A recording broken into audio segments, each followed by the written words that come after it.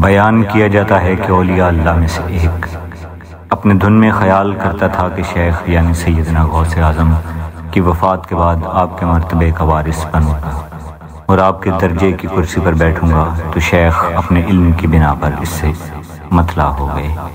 آپ نے اس پر قہر کیا اور اس کو نکال دیا اور اس کا حال چھین لیا، یہاں تک کہ اس نے بہت سے اولیاء اللہ کی سفارشات بھی مہیا کیں۔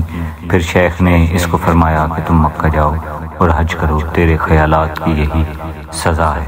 بیان الاسرار صفحہ 262۔ من جانب شعبہ نشر و اشاعت دربار قادریہ فاضلیہ بٹالہ شریف، فاضلیہ کالونی، فیروز پور روڈ، لاہور۔